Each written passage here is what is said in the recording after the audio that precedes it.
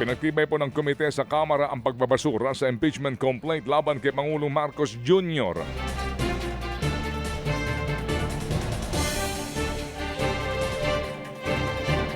Sa botong 39 na pabor at 4 na tutol, pinagtibay po ng House Committee on Justice ang pagbasura sa reklamo laban sa Pangulo.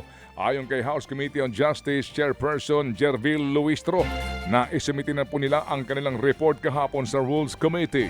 Depende po yan kung ito po'y maisasalang sa order of business para pagbotohan po naman daw sa plenaryo. Kung aprobahan po ng mayorya, i-archive na po o isasantabi mga kapatid.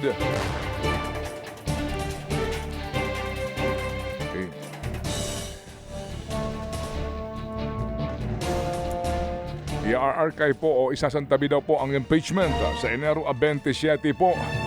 Ay maaring maghain ulit ng impeachment laban kay Marcos Jr. Pero kung may 1/3 o higit na 105 na kongresista sa plenaryo ang hindi papabor sa pagbabasura, pwede itong mabaligtad at ibabalik ang reklamo sa House Committee on Justice. Kakailanganin pong gumawa ng Articles of Impeachment ng komite at saka lamang isasalang uli sa plenaryo. Ayon po naman sa Malacanang, tiwala si Marcos Jr. na pagbabasehan po ng Kongreso ang mga ebidensya at naging hatol ng Committee on Justice. Samantala mga kapatid, dadagdagan ang panibagong impeachment complaint na kinakaharap po ngayon ni Vice President Sara Duterte. Pasado alas 12 ng tanghali kahapon nang ihain po sa Kamara ang ikatlong impeachment complaint laban kay VP Sara. Binubuo ng grupo ng mga pare, madre at mga abogado ang complainant at inendorso naman ni mamamayang Liberal Party List Representative Leila De Lima. Tulad ng dalawang naunang impeachment complaints, culpable violation of the Constitution, betrayal of public trust, bribery at iba pang krimen ang inilatag na grounds para po mapatalsik ang vice-presidente.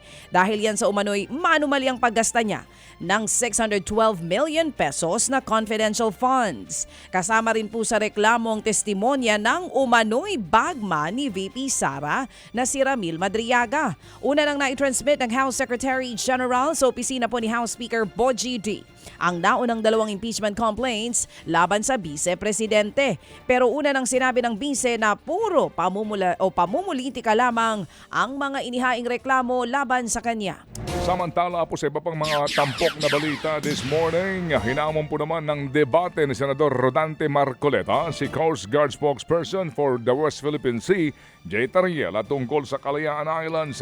Umani po ng katakot-takot na batikos si Marcoleta matapos imungkahing isuko na lamang ng gobyerno ng Pilipinas ang Kalayaan Island dahil hindi naman daw ito bahagi ng ating Exclusive Economic Zone o EEZ.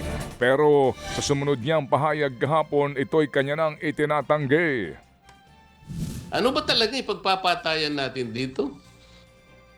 We will offer our lives, including the lives of our children, and to die for it, for something that is not even within our EEZ.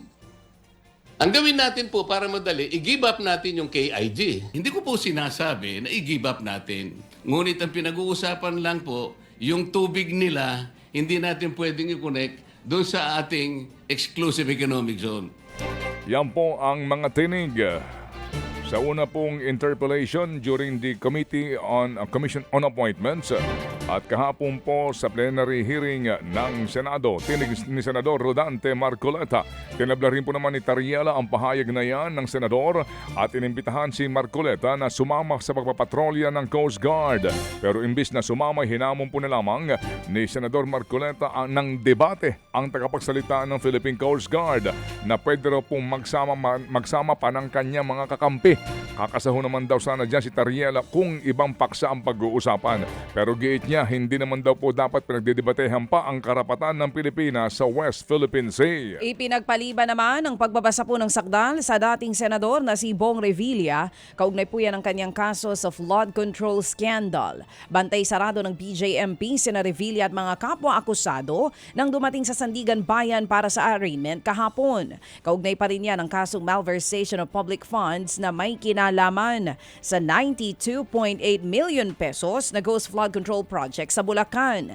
Yun nga lang, may mga bagong motion na inihain si Revilla kaya naudlot ang arraignment na iniurong na naman sa Pebrero 16. Naghain naman po ng not guilty plea ang 5 iba pang akusado sa kaso na pawang mga dating opisyal at empleyado ng DPWH. Ang tingin ng prosecution, panibagong estilo ito para madelay ang kaso.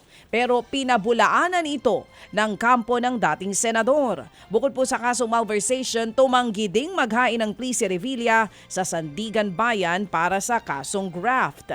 Kaya korte na pong naghain ng not guilty plea para sa kanya.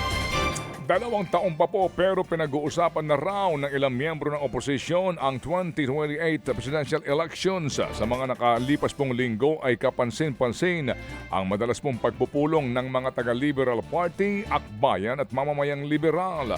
Ayon kay Senador Risa Ontiveros, wala pa silang napipisil na mga pangalan na tatakbo sa oposisyon pero bukas daw naman siya kung isa siya sa mapipili na ilalaban sa pagkapangulo o vice-presidente. Isa rin din po sa matunog na posibleng maging pambato daw ng United Opposition si dating Vice President at ngayon nga po Naga City Mayor Leni Robredo. Pero aminado po mga kapartido niya na nakadepende pa sa mayor kung ano ang magiging balakin nito sa 2028. Alas 6:39 na ilang pang balita sa aming pagbabalik. Alam mo ba kung bakit kita mahal? Mga kapatid, brothers and sisters, saan ka pa? Dito na tayo sa totoo. Dito na tayo sa True FM. Mga kapatid, mag-subscribe and follow po kayo sa social media accounts ng True Network PH. Yan po kami. Hanapin nyo lang True Network PH, Facebook, Instagram, YouTube, TikTok, and podcast. Mapa Apple or Spotify man yan, mahahanap nyo kami. Lahat ng mga napapanood at napapakinggan nyo po sa programa, nasa social media accounts namin yan. So, paano mga kapatid? See you sa social media!